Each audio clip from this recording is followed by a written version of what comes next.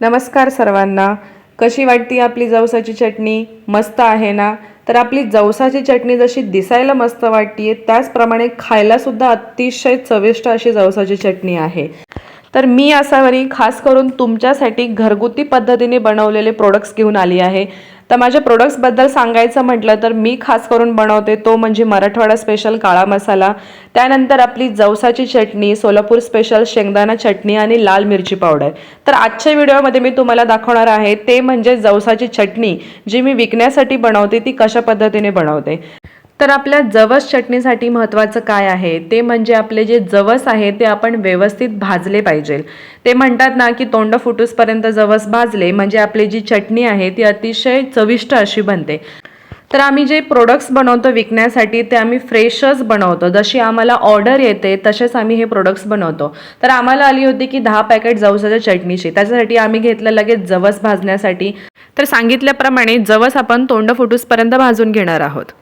तर चटणी म्हटलं की लसूण तर लागणारच. तर मग आपल्या चटणीसाठी खास करून जातो तो म्हणजे आपला लसूण. तर लसूणचं प्रमाण आपल्या चटणीमध्ये हे व्यवस्थित असणे ते देखील तितकेच गरजेचं आहे.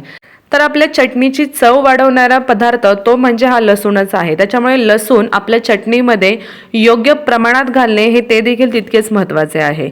जवस तर आपले भाजून झालेले आहे तर आम्ही ते जवस थंड करण्यासाठी ठेवतो. जोपर्यंत आपलं जवस थंड होतंय तोपर्यंत आमचा इकडे लसूणही सोलून होतो. तर आपली चटणीची तयारी झाल्यानंतर आपण ही चटणी आहे ती व्यवस्थित मिक्सरमध्ये काढून घेतो.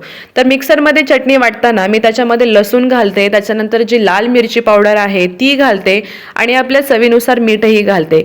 तर मिक्सरमध्ये वाटताना आपली जी चटणी आहे ती व्यवस्थित बारीक वाटणे हे देखील तितकेच महत्त्वाचे आहे.